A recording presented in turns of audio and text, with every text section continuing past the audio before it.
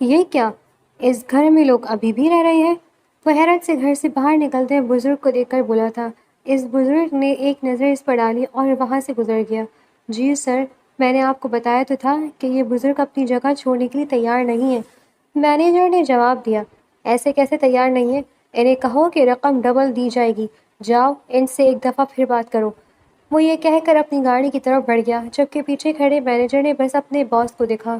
وہ نہ جانے کتنی بار بات کر چکا تھا، اس نے کتنی بار بزرگ سے کہا تھا کہ وہ یہ جگہ خالی کر دیں، انہیں منہ مانگی رقم ملے گی، مگر وہ مان ہی نہیں رہے تھے۔ ہمیشہ وہ اسے منع کر دیتے تھے کہ وہ یہ گھر بیچنا نہیں چاہتے، اور مجبوراً مینیجر کو خالی ہاتھ واپس لوٹنا پڑتا۔ جب وہ اپنے باس کے پاس جاتا تو وہ ہمیشہ یہی کہتے، خالی کرواؤ جگہ۔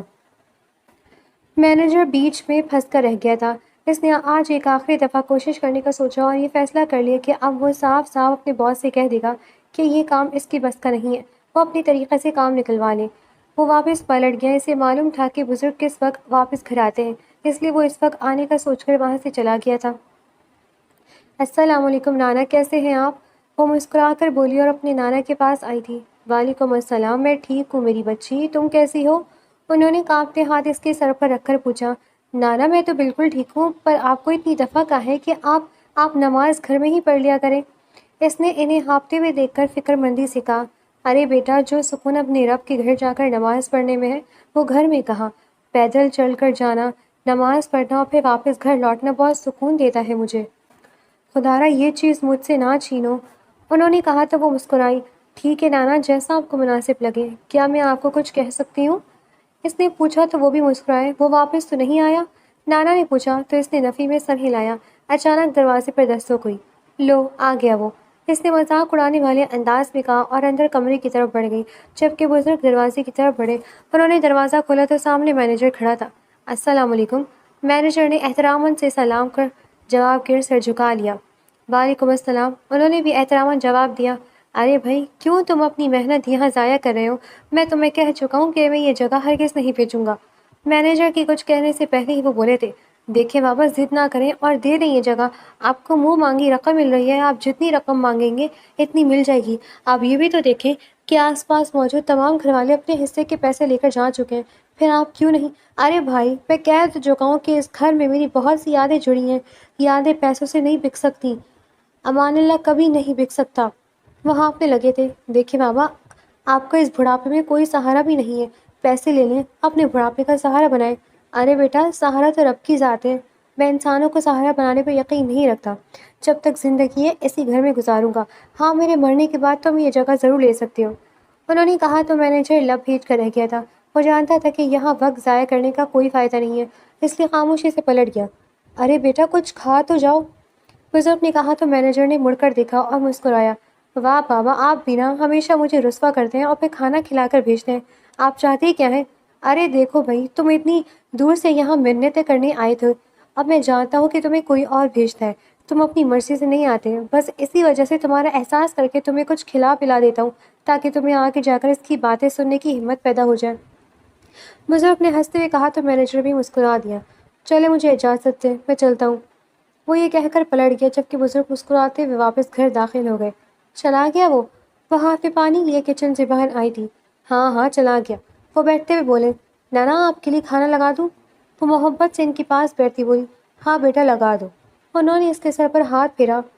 وہ اٹھی اور کچن میں چلی گئی۔ تھوڑی دیر بعد کھانا لگایا اور خود بھی ان کے ساتھ بیٹھ گئی۔ نانا، آپ کب تک یہاں یوں اکیلے رہیں گے؟ ماما بابا آپ کو کتنی دفعہ کہہ چکے ہیں کہ ہمارے پاس چل کر رہیں، لیکن نہ جانے کیوں آپ ہماری بات نہیں مانتے۔ اس نے کھانا کھاتے ہوئے شکوہ کیا۔ ارے تمہاری نانی کی یادیں اس گھر میں بسی ہیں، تمہارے ماموں اسی گھر میں پل کر بڑی ہوئی ہیں، وہ چلے گئے تو کیا ہوا، ان کی یادوں میں موجود یہ گھر تو ہے نا۔ ماموں پلٹ کر اب واپس نہیں آنے والے، وہ باہر کے ملک میں سیٹل ہو چکے ہیں۔ میں آپ کو یہ نہیں کہہ رہی کہ آپ یہ گھر ہمیشہ کے لیے بند کر دیں، جب آپ کا دل چاہے گا آپ آ جائیے گا، لیکن فی الحال ہمارے ساتھ چلیں۔ اس نے منت بھرے لہجے میں کہا۔ بیٹا، تم دیکھ رہی ہو، ابھی تو میں اس گھر میں رہ رہا ہوں تو اسے خریدنے والے ہزاروں ہیں، اگر میں نے یہ گھر چھوڑ دیا تو یہ گھر میرے پاس رہے گا ہی نہیں۔ انہوں نے کہا تو وہ خاموش ہو گئی اور کھانا نکال کر انہیں دینے لگی۔ کیا ہوا، کیا وہ گھر مل گیا؟ وہ مینیجر کو آفس میں داخل ہوتے دیکھ کر بولا تھا۔ نہیں سر، اس بزرگ نے آج پھر منع کر دیا۔ مینیجر کے کہنے پر اس نے اپنے لب بھیجے اور ایک تیکھی نظر اس کے چہرے پر ڈالی۔ ٹھیک ہے، کل میں خود تمہارے ساتھ جاؤں گا اور اس بزرگ سے خود بات کروں گا۔ اگر گھی سیدھی انگلی سے نہیں نکل رہا تو مجھے اسے ٹیڑھا کرنا آتا ہے۔ اس کے لہجے میں بلا کا تکبر تھا اور پھر وہ واپس اس پروجیکٹ کی طرف متوجہ ہو گیا جس کے لیے اسے زمین درکار تھی جہاں وہ بزرگ رہ رہے تھے۔ آس پاس کے تمام گھر وہ لوگ خرید چکے تھے، محض یہی ایک بزرگ تھے جو اپنی ضد پر ڈٹے تھے کہ وہ یہ گھر نہیں دیں گے۔ باقی کا کام شروع کرواؤ۔ رہی بات اس بزرگ کی تو کل میں خود جا کر بات کروں گا، تب تمہیں یہ جگہ بھی خالی مل جائے گی۔ وہ کہتا ہوا کمپنی سے باہر نکلا اور سیدھا گھر کا رخ کیا۔ وہ گھر پہنچا تو اپنی مخصوص شاہانہ چال چلتا ہوا حویلی کے اندر داخل ہوا۔ اچانک کوئی اس سے ٹکرایا اور زمین بوس ہو گیا۔ اس نے آگے بڑھ کر اسے ہاتھ دینا بھی مناسب نہ سمجھا تھا۔ ارے پکڑ لیتے تو کیا آپ کے ہاتھ ٹوٹ جاتے؟ شنایا نے منہ پر زور کر کہا، جو نیچے گری ہوئی تھی۔ میرے خیال سے تمہیں دیکھ کر چلنا چاہیے تھا۔ وہی ہمیشہ کی طرح بے رخی اور رو اوڑے اس کا لہجہ تھا۔ اس نے ایک نظر بھی اس کے وجود پر نہ ڈالی اور اپنی کمرے کی طرف بڑھنے لگی۔ بیٹا سب آ کر بیٹھے ہوئے، ان سے تو ملو۔ جب وہ اپنے کمرے کی طرف بڑھا تو اس کے والد نے اسے پکارا، السلام علیکم۔ اس نے بے دلی سے وہاں بیٹھے سب لوگوں کو سلام کیا۔ سب نے ایک زبان ہو کر جواب دیا، آپ بتائیں کہ نہیں انکل کہ ماما بابا کس سلسلے میں آئے ہیں؟ شنایا شرماتے ہوئے بولی، ہاں ہاں بتاتا ہوں، سلطان صاحب نے کہا تو ساحل کاظمی نے حیرت سے اپنے باپ کو دیکھنے لگا کہ آخر وہ کون سی بات کرنے والے ہیں۔ بیٹا امان اللہ بھائی اور فریہ بابی تمہارے رشتے کے سلسلے میں آئے ہیں، وہ چاہتے ہیں کہ تم شنایا سے شادی کر لو۔ انہوں نے کہا تو ساحل کی پیشانی پر بل نمودار ہوئے۔ معذرت کے ساتھ بابا، میں فی الحال اپنے بزنس پر فوکس کر رہا ہوں، شادی تو دور کی بات، میں اس بارے میں فی الحال سوچنا بھی نہیں چاہتا۔ اور رہی بات شنایا کی، تو یہ ویسی لڑکی نہیں ہے جیسی مجھے چاہیے۔ میں نے کبھی اسے اس نظر سے دیکھا ہی نہیں جس رشتے میں آپ مجھے باندھنا چاہتے ہیں۔ تو کیا ہوا بیٹا، نکاح کے بعد بھی تم اپنی محنت جاری رکھنا اور کام کرتے رہنا، اور اگر شنایا کو پہلے اس نظر سے نہیں دیکھا تو اب دیکھ لو۔ فریہ بیگم فوراً بولی، معذرت کے ساتھ چچی، لیکن میں شنایا سے شادی نہیں کر سکتا۔ وہ یہ کہہ کر پلٹا اور اپنے کمرے میں جا کر بند ہو گیا، جبکہ پیچھے کھڑی شنایا رونے لگی۔ میں اس سے بات کرتی ہوں۔ وہ یہ کہہ کر ساحل کے کمرے کی طرف بھاگی اور دروازہ نوک کیا۔ آپ نے اس طریقے سے بات کیوں کی ہے؟ میں آپ کو پسند کرتی ہوں، یہ بات آپ اچھے طریقے سے جانتے ہیں۔ وہ کمرے میں داخل ہوتے ہوئے بولی تھی، تمہیں کس نے اجازت دی میرے کمرے میں آنے کی؟ ساحل نے سرد لہجے میں پوچھا۔ میں دروازہ نوک کر کے آئی ہوں، وہ ہٹ دھرمی سے بولی۔ تو اسی طریقے سے واپس کمرے سے باہر نکل جاؤ۔ دروازہ نوک کرنے کے بعد اجازت بھی لینی ہوتی ہے اور سامنے والے کی بات بھی سننی ہوتی ہے کہ وہ اندر آنے کی اجازت دے رہا ہے یا نہیں۔ وہ غصے سے دھاڑا تو وہ اسے نم آنکھوں سے دیکھنے لگی۔ تم کتنے ظالم ہو نا، خدا کرے تمہیں بھی محبت ہو اور جس سے تمہیں محبت ہو وہ تمہارے ساتھ ہی بے رخی اختیار کرے، تب تمہیں پتہ چلے گا کہ جب ہم کسی سے محبت کریں اور سامنے والا بے رخی اختیار کرے تو کیسا محسوس ہوتا ہے۔ وہ غصے سے کہتی وہاں سے نکل گئی۔ ساحل کاظمی کے چہرے پر ایک طنزیہ مسکراہٹ آئی۔ محبت! وہ حقارت سے بڑبڑایا اور واش روم میں بند ہو گیا۔ فریش ہونے کے بعد وہ کمرے سے باہر نہ نکلا۔ وہ جانتا تھا کہ سب باہر ہی ہوں گے، اس لیے وہ بنا کھانا کھائے ہی سو گیا۔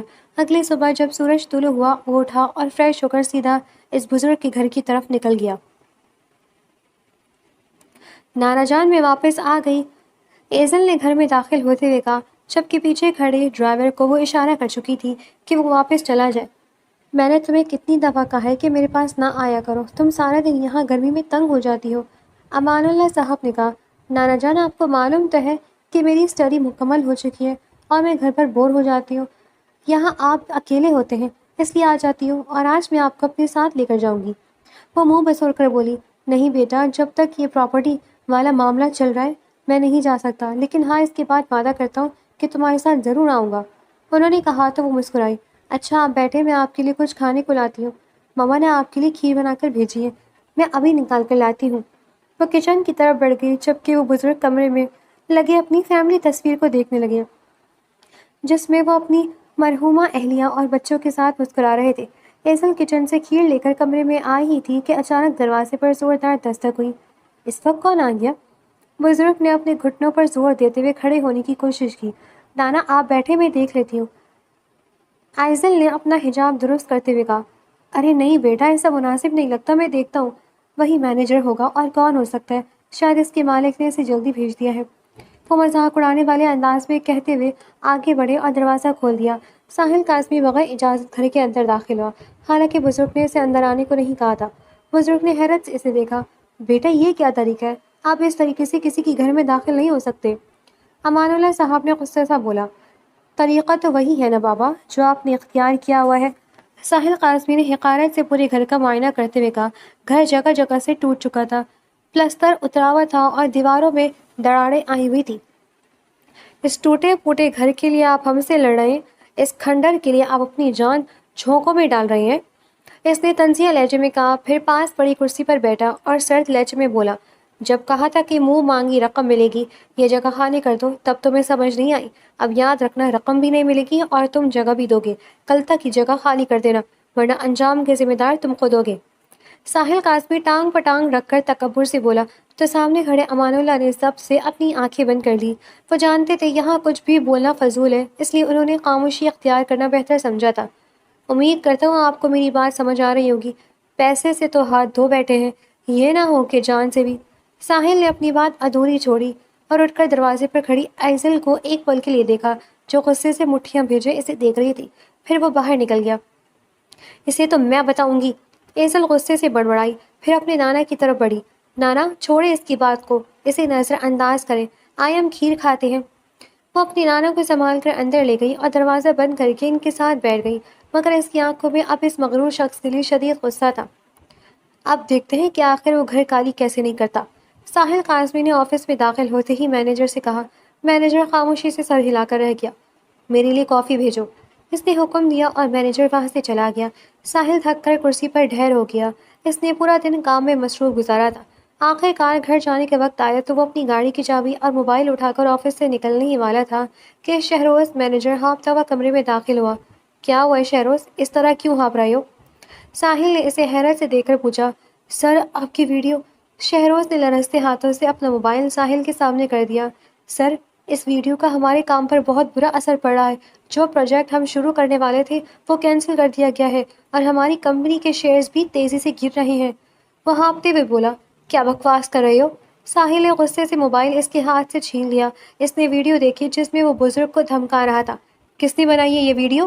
وہ دھاڑا۔ سر اس وقت وہاں ہم 4 لوگ تھے، میں، آپ، وہ بزرگ اور ان کی نواسی۔ مجھے یقین ہے کہ یہ ویڈیو اسی لڑکی نے بنائی ہے۔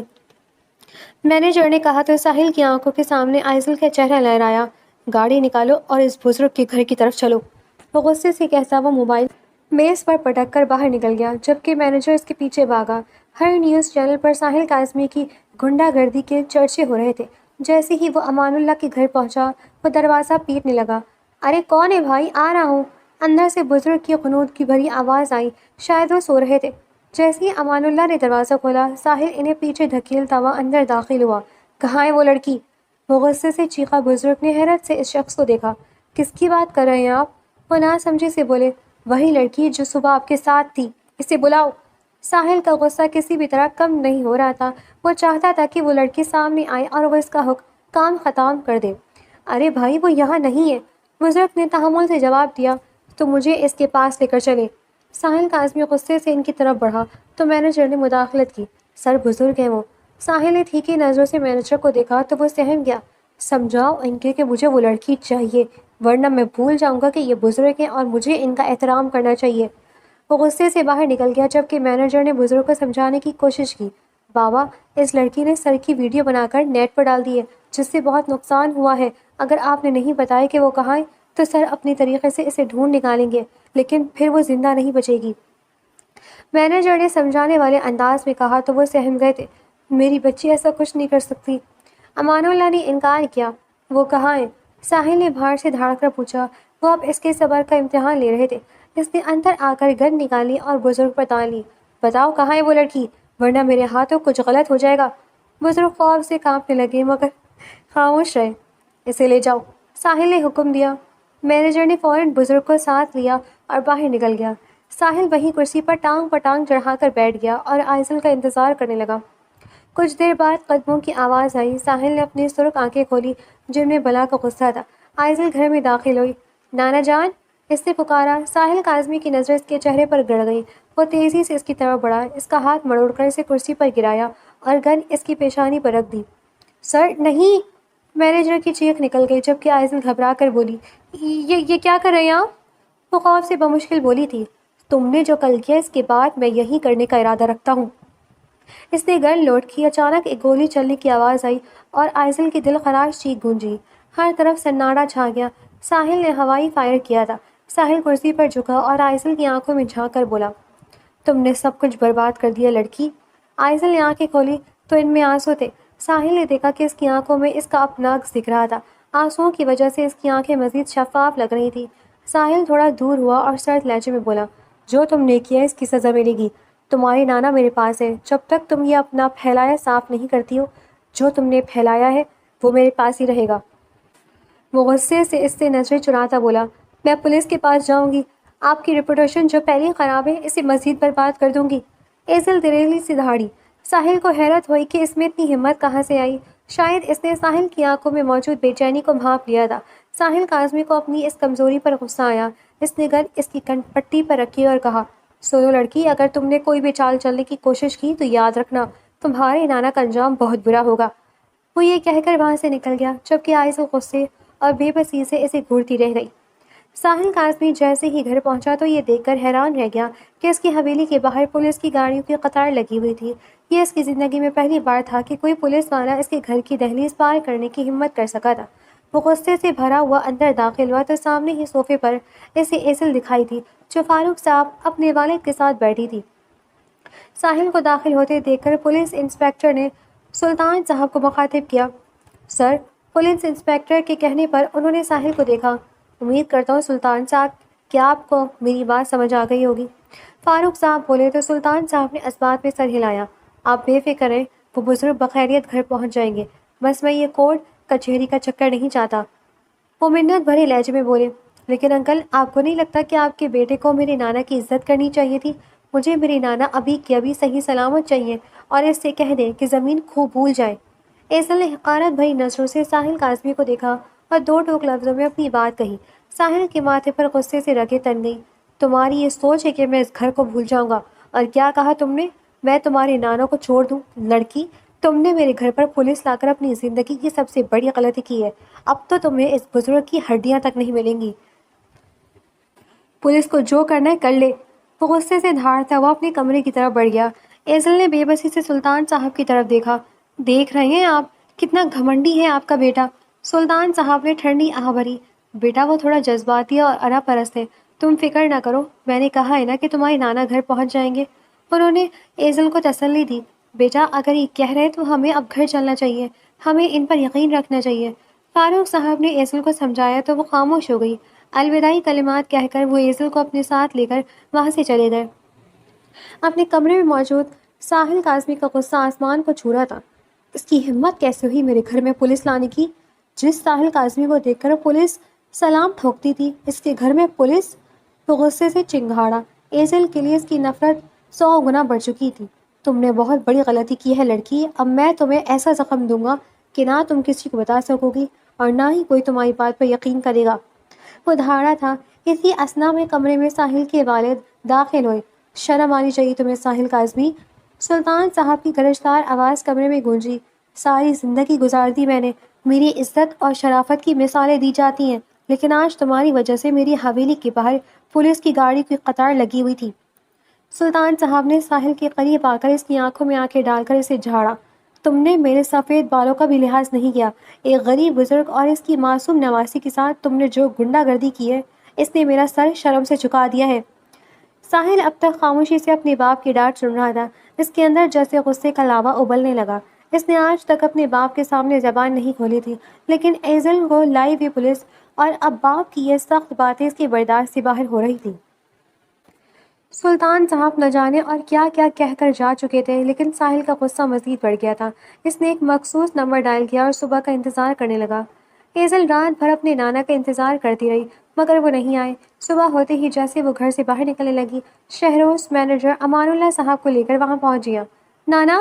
وہ چیخ کر ان کی گلی لگ گئی، لیکن اگلے ہی لمحے شہروز نے امان اللہ صاحب کو نرمی سے ایک طرف کیا اور انہیں دوسری گاڑی کی طرف لے جانے لگا۔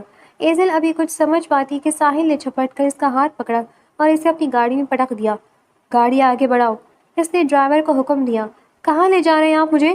ایزل چیخی۔ تمہیں ثبوت بنانے کا بہت شوق ہے نا؟ اب ایسی سزا دوں گا کہ کسی کو ثبوت دکھانے کے قابل نہیں رہوگی۔ وہ غصے سے دھاڑا۔ ڈرائیور نے گاڑی ایک ویران فارم ہاؤس پر روک دی۔ ساحل اسے گھسیٹتا ہوا اندر لے گیا۔ وہاں پہلے سے ہی اس کے گارڈز ایک بزرگ کے سر پر بندوق تانے بیٹھے تھے۔ نکاح پڑھو، ساحل نے سرد لہجے میں کہا۔ ایزل نے حیرت اور خوف سے اسے دیکھا۔ کیا بکواس کر رہے تم؟ میں تم سے ہرگز نکاح نہیں کروں گی۔ ٹھیک ہے، مت کرو۔ ساحل نے اپنے موبائل کی اسکرین اس کے سامنے کی۔ اسکرین پر شہروز اس کے نانا کے سر پر گن تانے کھڑا تھا۔ نہیں، ایسا کچھ مت کرنا، میرے نانا کو چھوڑ دو۔ ایزل تڑپ اٹھی۔ تو پھر خاموشی سے نکاح کرو۔ ساحل اس کے چہرے کے قریب جھک کر بولا۔ ایزل خاموش ہو گئی۔ اس کے پاس کوئی راستہ نہ تھا۔ نکاح مکمل ہوا تو ساحل نے نکاح خواہ کو رخصت کرنے کا اشارہ کیا اور نکاح نامہ ہاتھ میں لے کر ایک زہریلی مسکراہٹ کے ساتھ اسے دیکھا۔ پھر اگلے ہی پل اس کاغذ کے ٹکڑے ٹکڑے کر کے ہوا میں اچھال دیے۔ تم نے مجھے دنیا کے سامنے رسوا کیا، اب میں تمہیں بتاتا ہوں کہ رسوائی کیا ہوتی ہے۔ اس نے ایزل کا ہاتھ کھینچا اور اسے کمرے کی طرف لے گیا۔ یہ کیا کر رہے ہو تم؟ پاگل ہو گئے ہو؟ چھوڑو مجھے۔ وہ چیخی مگر ساحل نے ایک نہ سنی اور اسے بیڈ پر دھکیل کر اپنا کوٹ اتار کر دور پھینکا۔ اب بناؤ ویڈیو تاکہ لوگوں کو بتا سکو کہ تمہاری اس حالت کا ذمہ دار میں ہوں۔ یہ کہتے ہی اس نے جھٹکے سے ایزل کے چہرے سے حجاب اتار دیا۔ جیسے ہی حجاب اس کے سر سے سرکا، ساحل کاظمی کے ہاتھ ساکت ہو گئے اور اس کی زبان گنگ ہو گئی۔ اس کے سامنے حسن کا وہ شاہکار تھا جسے دیکھ کر سانسیں رک جائیں۔ ایزل کا رنگ دودھیا سفید تھا جو اس وقت غصے اور ڈر کی وجہ سے گلابی ہو رہا تھا۔ اس کی بڑی بڑی مخملی آنکھیں آنسوؤں سے لبریز تھیں جو کسی جھیل کی طرح شفاف معلوم ہوتی تھیں۔ اس کی پیشانی پر بکھری چند آوارہ لٹیں اس کے تراشیدہ چہرے کے نقش و نگار کو مزید دلکش بنا رہی تھیں۔ اس کے ہونٹ لرز رہے تھے اور گالوں پر بہتے آنسو اس کے حسن کو ایک تڑپتی ہوئی معصومیت دے رہے تھے۔ ساحل جو اسے ایک معمولی لڑکی سمجھ کر برباد کرنے آیا تھا، اس کے سحر انگیز حسن کے سامنے اپنی انا اور انتقام کے توازن کو بگڑتا وہ محسوس کرنے لگا۔ وہ اتنی خوبصورت تھی کہ غصے سے بھرا ساحل بھی چند لمحوں کے لیے اس کے سراپے میں کھو کر رہ گیا۔ ساحل کی نظریں اس کے سراپے پر جمی تھی جہاں حسن اور معصومیت کا ایک طوفان برپا تھا۔ ایزل کے چہرے پر بکھرے آنسو اس کی خوبصورتی کو مزید نکھار رہے تھے، لیکن ساحل کے اندر چھپا انتقام ابھی پوری طرح سویا نہیں تھا۔ اس نے ایزل کی لرزتی ہوئی آنکھوں میں جھانکا جہاں خوف اور التجا کی پوری کائنات آباد تھی۔ تم نے میری زندگی میں جو تماشا کھڑا کیا ہے لڑکی، اس کی قیمت تو تمہیں چکانی ہوگی۔ اس کا لہجہ اب بھی سرد تھا مگر اس کی آواز میں ایک عجیب سی تھڑاہٹ شامل چکی تھی۔ ایزل نے پیچھے ہٹنے کی کوشش کی مگر بیڈ کی پشت اس کی راہ میں حائل تھی۔ خدا کے لیے مجھے جانے دے ساحل کاظمی، آپ کا نکاح محض ایک دھوکہ ہے، آپ ایسا نہیں کر سکتے۔ اس کی آواز ہچکیوں میں گم ہو رہی تھی۔ ساحل نے ایک وحشیانہ مسکراہٹ کے ساتھ اس کے دونوں ہاتھ جکڑ کر اسے بیڈ پر ساکت کر دیا۔ دھوکہ ہو یا حقیقت، اس وقت تم میری قید میں ہو ایزل، اور ساحل قاسمی اپنی قید میں آئی ہوئی چیز کو اتنی آسانی سے نہیں چھوڑتا۔ اس نے ایزل کی مزاحمت کو خاطر میں لائے بغیر اس کے مزید قریب ہوتے ہوئے اپنی گرفت مضبوط کر لی۔ ایزل کی سسکیوں اور ساحل کی تپتی ہوئی سانسوں کے درمیان ایک ایسا سکوت چھا گیا جس میں صرف اس کے دلوں کی دھڑکنیں سنائی دے رہی تھی۔ ساحل نے اپنا چہرہ اس کے گال کے قریب جھکایا جہاں سے ایزل کی آنسوؤں کی نمی اس کی جلد کو چھو رہی تھی۔ وہ اسے اذیت دینا چاہتا تھا، اسے اس کی گستاخی کا مزہ چکھانا چاہتا تھا، مگر ایزل کے حسن کا جادو اس کے ارادوں میں مٹھاس گھل رہا تھا۔ چھوڑے مجھے، آپ ایسا نہیں کر سکتے۔ ایزل نے آخری بار پوری قوت سے اسے دور دھکیلنا چاہا مگر ساحل کی مردانہ طاقت کے سامنے وہ ایک موم کی گڑیا سے زیادہ کچھ نہ تھی۔ ساحل نے اس کی لرزتی ہوئی ٹھوڑی کو اپنی انگلیوں کی گرفت میں لیا اور اس کی آنکھوں میں دیکھتے ہوئے سرگوشی کی۔ آج کا یہ دن تمہیں یہ یاد دلائے گا کہ ساحل قاسمی سے ٹکرانے کا انجام کیا ہوتا ہے۔ اس کے بعد فارم ہاؤس کے اس کمرے میں اندھیروں نے چادر ڈال لی تھی۔ ایزل کی کمزور مزاحمت ساحل کے جنون کے سامنے دم توڑنے لگی۔ وہ ایک ایسا لمحہ تھا جہاں نفرت اور شدت جذبات کے درمیان کی لکیر دھندلا گئی تھی۔ ساحل نے زبردستی کے پردے میں اپنی اس تڑپ کو تسکین دی جو شاید وہ خود بھی نہیں جانتا تھا کہ اس کے دل میں ایزل کے لیے جنم لے چکی ہے۔ ایزل کی سسکیاں کمرے کی دیواروں سے ٹکرا کر دم توڑ رہی تھی جبکہ ساحل کاظمی اپنی اناق کی تسکین اور ایزل کے حسن کی خوشبو میں خود کو گم کر چکا تھا۔ اب وہاں صرف خاموشی تھی، ایک ایسی خاموشی جو کسی بڑے طوفان کے گزر جانے کے بعد چھا جاتی ہے۔ ساحل بیڈ کے کنارے بیٹھا اپنے بکھرے ہوئے بالوں میں ہاتھ پھیر رہا تھا جبکہ ایزل چادر میں خود کو چھپائے دیوار کی طرف رخ کیے ساکت پڑی تھی۔ اس کی آنکھیں اب خشک ہو چکی تھی مگر روح پر لگے زخم ابدی ہو گئے تھے۔ ساحل نے ایزل کو اس کے گھر پہنچا دیا تھا مگر وہ ایزل اب نہیں رہی تھی جو کبھی ہوا کرتی تھی۔ وہ بالکل خاموش ہو گئی تھی۔ اس نے اپنے گھر والوں کو بھی اس ہولناک واقعے کی کانوں کان خبر نہ ہونے دی کہ اس کے ساتھ کیا ہوا ہے۔ دوسری طرف اس کے نانا امان اللہ صاحب کو بھی بخیریت گھر پہنچا دیا گیا تھا۔ اس دن کے بعد سے ساحل کاظمی اور ایزل کا آمنا سامنا نہیں ہوا تھا، لیکن ساحل کے اندر ایک عجیب سی بے چینی نے ڈیرے ڈال دیے تھے۔ وہ جو ہمیشہ اپنی جیت پر اتراتا تھا، اب اسے اپنی سب سے بڑی ہار محسوس ہو رہی تھی۔ نہ جانے ایزل کے اس معصوم چہرے میں کیا جادو تھا کہ ساحل کا سکون غارت ہو چکا تھا۔ وہ اسے دیکھنے کے لیے تڑپنے لگا تھا۔ اس نے ایزل پر نظر رکھنے کے لیے اپنے خاص آدمی لگا دیے تھے جو اسے اس کے ایک ایک پل کی خبر دیتے تھے، اور ساحل گھنٹوں اس کی تصویروں میں کھو دیتا۔ اسے آہستہ آہستہ احساس ہو رہا تھا کہ وہ انتقام کی آڑ میں اس لڑکی سے محبت کر بیٹھا ہے۔ آخر ایک دن اپنی طرف سے مجبور ہو کر وہ فاروق صاحب کے گھر پہنچ گیا۔ فاروق صاحب نے اسے اسٹڈی روم میں بیٹھنے کا کہا اور خود کسی کام سے اپنے کمرے کی طرف چلے گئے۔ ساحل کو یہی موقع چاہیے تھا۔ اس نے پہلے ہی معلوم کروا لیا تھا کہ ایزل کا کمرہ کون سا ہے۔ وہ خاموشی سے اٹھا اور سیدھا ایزل کے کمرے کی طرف بڑھ گیا۔ کمرے کا دروازہ نیم وا تھا۔ وہ اندر داخل ہوا تو دیکھا کہ ایزل بیڈ پر لیٹی چھت کو گھور رہی تھی۔ اس کی آنکھیں کھالی تھیں اور چہرہ مرجھایا ہوا گلاب لگ رہا تھا۔ جیسے ہی اس کی نظر ساحل پر پڑی، وہ بجلی کی تیزی سے اٹھ کر کھڑی ہوئی۔ اس کی آنکھوں میں نفرت کی چمک ابھری۔ تمہاری ہمت کیسے ہوئی میرے کمرے میں آنے کی؟ باہر نکلو یہاں سے! ایزل غصے سے چیخی۔ اس کا پورا وجود کانپ رہا تھا۔ ساحل نے ایک قدم آگے بڑھایا۔ اس کے لہجے میں اب وہ پرانا تکبر نہیں بلکہ ایک التجا تھی۔ ایزل میری بات سنو، وہ منت بھرے لہجے میں بولا۔ کیا سنوں؟ کیا ابھی بھی کچھ باقی رہ گیا ہے؟ تم نے میری روح تک کو زخمی کر دیا ساحل کاظمی۔ تم ایک درندے ہو، باہر نکلو ورنہ میں شور مچا دوں گی۔ اس نے نفرت سے کہا۔ میں مانتا ہوں ایزل، میں تسلیم کرتا ہوں کہ میں نے جو بھی کیا وہ غلط تھا۔ وہ سب میری اندھی انا کی تسکین پہنچانے کے لیے تھا، لیکن… وہ رکا اور اس کی آنکھوں میں جھانک کر بولا، لیکن اب میں تم سے محبت کرنے لگا ہوں۔ میں اپنی کیے پر شرمندہ ہوں ایزل، میں تمہیں اپنی زندگی میں لانا چاہتا ہوں۔ ایزل کے چہرے پر ایک تلخ مسکراہٹ آئی۔ محبت؟ تم جیسے شخص کو محبت کا مطلب بھی معلوم ہے؟ جس نے میرے نانا کو ڈھال بنا کر مجھ سے میرا سب کچھ چھین لیا، وہ آج محبت کا دعویٰ کر رہا ہے؟ ساحل کاظمی، تمہاری محبت تمہاری انا سے بھی زیادہ گھناؤنی ہے۔ اس نے بے رخی سے رخ موڑ لیا۔ میری زندگی سے چلے جاؤ، تمہارا چہرہ دیکھ کر مجھے اس دن کی اذیت یاد آتی ہے۔ تم میرے لیے صرف ایک ناپسندیدہ یاد ہو، اس سے زیادہ کچھ نہیں۔ ساحل خاموشی سے اسے دیکھتا رہا۔ اسے اندازہ ہو گیا تھا کہ ایزل کے دل تک پہنچنے والا راستہ اس نے خود ہی اپنے ہاتھوں سے بند کر دیا تھا۔ وہ بنا کچھ کہے بھاری قدموں کے ساتھ وہاں سے باہر نکل گیا، مگر اس کے دل میں اب یہ تہیہ تھا کہ وہ اسے منا کر رہے گا، چاہے اسے اپنی پوری زندگی ہی کیوں نہ داؤ پر لگانی پڑے۔ شام کے سائے گہرے ہو رہے تھے جب ساحل کاظمی ایک بار پھر ایزل کے گھر کی دہلیز پر کھڑا تھا، ہاتھ میں پھولوں کا گلدستہ اور دل میں پچھتاووں کا انبار لیے۔ وہ آج ایک مغرور بزنس مین نہیں بلکہ ایک ہارا ہوا عاشق لگ رہا تھا۔ ایزل ذہن میں لگے پودوں کو پانی دے رہی تھی۔ اسے دیکھتے ہی اس کے ہاتھ رک گئے اور چہرے پر بیزاری کی لہر دوڑ گئی۔ تم پھر یہاں آ گئے؟ ایزل نے سرد لہجے میں پوچھا۔ اس کی آواز میں وہی کاٹ تھی جو کبھی ساحل کے لہجے کا خاصا ہوا کرتی تھی۔ ساحل نے ایک قدم آگے بڑھایا۔ ایزل، میں تمہارے لیے یہ لایا تھا۔ میں چاہتا ہوں کہ ہم پرانی باتوں کو بھلا کر ایک نئی شروعات کریں۔ میں تمہیں وہ ہر خوشی دوں گا جس کی تم حقدار ہو۔ ایزل نے ایک لمحے کے لیے اپنے ان پھولوں کو دیکھا اور پھر نفرت سے ساحل کی آنکھوں میں جھانکا۔ اس نے پانی والا پائپ ایک طرف رکھا اور ساحل کے قریب آ کر نہایت حقارت سے بولی، اپنی ان خوشیوں اور ان پھولوں کو لے کر یہاں سے دفع ہو جا ساحل کاظمی۔ جس شخص کی شکل دیکھنا مجھے گوارا نہیں، اس کے ساتھ زندگی شروع کرنے کا خواب تم دیکھ بھی کیسے سکتے ہو؟ ساحل کا دل جیسے کسی نے مٹھی میں جکڑ لیا ہو۔ ایزل، میں بدل گیا ہوں، میں تم سے سچی محبت کرتا ہوں۔ محبت؟ ایزل کھلکھلا کر ہنسی، مگر اس ہنسی میں زہر تھا۔ تمہاری محبت ایک بوجھ ہے، ایک غلاظت ہے جسے میں اپنے پاس بھی نہیں بھٹکنے دینا چاہتی۔ میرے گھر کے دروازے تم پر ہمیشہ کے لیے بند ہیں، دوبارہ یہاں آنے کی جسارت مت کرنا۔ یہ کہہ کر اس نے ساحل کو وہیں کھڑا چھوڑا اور اندر جا کر دروازہ زور سے بند کر دیا۔ ساحل ساکت کھڑا، اس کے ہاتھ سے گلدستہ چھوٹ کر زمین پر گر گیا۔ اس لمحے ساحل کو پہلی بار شنائے کا وہ روتا ہوا چہرہ یاد آیا۔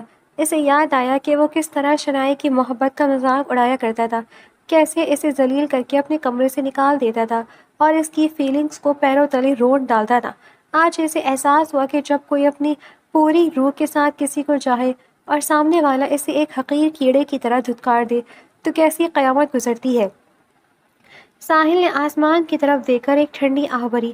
اسے سمجھ آ گیا تھا کہ قدرت نے اسے اس کے کیے کی سزا دے دی ہے۔ آج وہ اسی موڑ پر کھڑا تھا جہاں اس نے شنایا کو کھڑا کیا تھا۔ ایزل کے بے رخی نے اسے یہ آئینہ دکھا دیا تھا کہ غرور کا انجام صرف تنہائی اور رسوائی ہوتا ہے۔ ساحل کاظمی بوجھل قدموں کے ساتھ جیسے ہی گھر سے نکلا، سامنے سے آتے امان اللہ صاحب کی اس پر نظر پڑ گئی۔ ساحل کی حالت اور اس کے چہرے پر پھیلی ندامت دیکھ کر انہیں اندازہ ہو گیا کہ کچھ تو ہے جس کی پردہ داری ہے۔ وہ فوراً ایزل کے پاس پہنچے جو ڈرائنگ ہال میں بیٹھی سر جھکائے سسکیاں بھر رہی تھی۔ بیٹا، وہ شخص یہاں کیا کرنے آیا تھا؟ امان اللہ صاحب نے نرمی سے اس کے سر پر ہاتھ رکھ کر پوچھا۔ نانا کی شفقت نے ایزل کے ضبط کے بندھن توڑ دیے۔ وہ ان کے سینے سے لگ کر زاروں قطار رونے لگی۔ نانا جان، اس شخص نے مجھ پر ظلم کیا۔ اس نے آپ کی زندگی کا سودا کر کے زبردستی مجھ سے نکاح کر لیا۔ اس نے آپ پر سر پر گن رکھی تھی۔ میں مجبور تھی نانا، میں آپ کو کھونا نہیں چاہتی۔ امان اللہ صاحب کا چہرہ دکھ سے بھر گیا، مگر انہوں نے خود پر قابو پایا تھا۔ انہوں نے ایزل کی آنکھیں پوچھی اور نہایت سنجیدگی سے بولے، بیٹا، جو ہو چکا وہ تقدیر کا لکھا تھا۔ نکاح کوئی کھیل یا مذاق نہیں ہے، یہ ایک مقدس بندھن ہے، چاہے وہ کن حالات میں بھی باندھا گیا ہو۔ اگرچہ اس کا طریقہ غلط تھا، مگر اب وہ تمہارا شوہر ہے اور نکاح برحق ہے۔ ایزل نے حیرت سے انہیں دیکھا، لیکن نانا، وہ ایک مغرور اور ظالم شخص ہے۔ وقت انسان کو بدل دیتا ہے ایزل۔ میں تمہاری ماں سے خود بات کروں گا۔ میں انہیں نہیں بتاؤں گا کہ یہ سب زبردستی ہوا، ورنہ گھر میں کہرام مچ جائے گا۔ میں کہوں گا کہ یہ نکاح میری رضامندی سے ہوا ہے۔ میں ساحل کو گنہگار ثابت کر کے تمہارا گھر برباد نہیں کرنا چاہتا۔ اب تمہیں بھی اس رشتے کو قبول کرنا چاہیے۔ شاید تمہاری خاموشی اور صبر ہی اس کے بدلے میں رویے کی لاج رکھ لے۔ اسی وقت امان اللہ صاحب نے ایزل کی والدہ کو بلایا۔ جب انہوں نے یہ انکشاف کیا کہ ایزل اور ساحل کاظمی کا نکاح ہو چکا ہے تو وہ سکتے میں رہ گئے۔ ابا جی، آپ کیا کہہ رہے ہیں؟ اتنی بڑی بات اور آپ نے ہمیں کانوں کان خبر نہ ہونے دی؟ ایزل کی والدہ نے صدمے سے پوچھا۔ مجھے ساحل کاظمی سے کوئی اعتراض نہیں، وہ ایک بڑا نام ہے، لیکن اس طرح چوری چھپے نکاح، یہ بات میری سمجھ سے باہر ہے۔ امان اللہ صاحب نے اطمینان سے جواب دیا، بیٹی، حالات کچھ ایسے تھے کہ مجھے یہ فیصلہ پوری طور پر لینا پڑا۔ میں نہیں چاہتا کہ کوئی تماشا بنے۔ ایزل اب ساحل کی شریک حیات ہے اور میں چاہتا ہوں کہ تم اسے دعا دے کر رخصت کرو۔ ایزل کی والدہ نے اپنی بیٹی کے مرجھائے ہوئے چہرے کو دیکھا۔ اگرچہ ان کے دل میں کئی سوالات تھے، مگر باپ کے فیصلے کے سامنے انہوں نے سر جھکا دیا۔ اگر آپ کی یہی مرضی ابا جی تو ہمیں قبول ہے۔ ایزل خاموشی یہ سب سنتی رہی۔ اسے سمجھ نہیں آ رہا تھا کہ وہ نانا کی اس قربانی پر روئی یا ساحل کے ساتھ جڑی اپنی تقدیر پر ماتم کرے۔ امان اللہ صاحب نے ساحل کو گنہگار ہونے سے تو بچا لیا تھا، لیکن اب ایزل کو اس شخص کے ساتھ اپنی زندگی گزارنی تھی جسے وہ اپنی روح کا دشمن سمجھتی تھی۔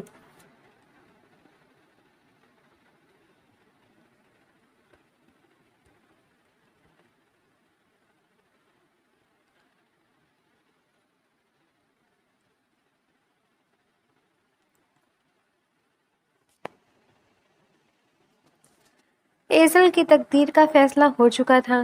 امان اللہ صاحب کی بات پر فاروق صاحب اور ان کی بیگم نے سر تسلیم خم کر دیا تھا۔ چند ہی روز میں رشتہ باقاعدہ طور پر ساحل کاظمی کے گھر لے جایا گیا، جہاں سلطان صاحب نے نہایت خوشی اور وقار کے ساتھ اپنی بہو کا استقبال کرنے کا وعدہ کیا۔ وہ تو پہلے ہی ایزل کی سادگی اور اس کے خاندان کی شرافت کے معترف تھی۔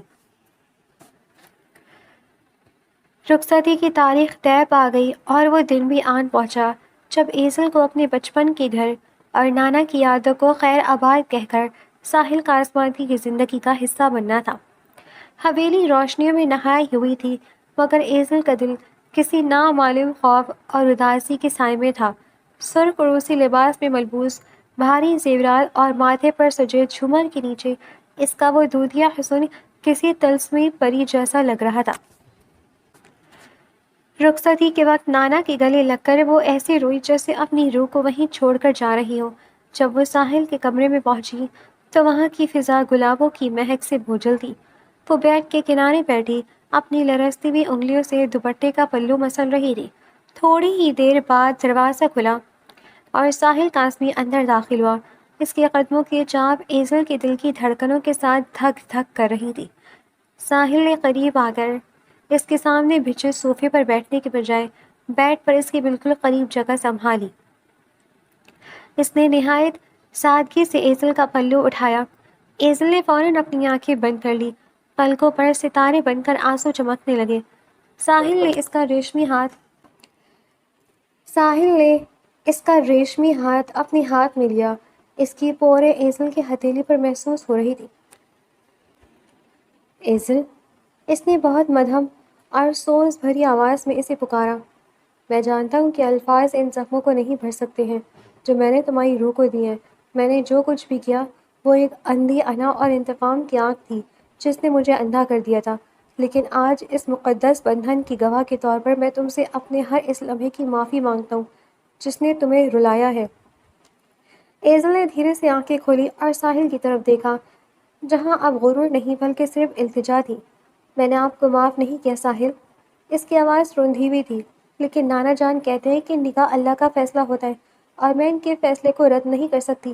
میں صرف ان کی خاطر، ان کی عزت کی خاطر آپ کو ایک موقع دے رہی ہوں، ورنہ میری نظر میں آپ اب بھی وہی ظالم شخص ہوں نا۔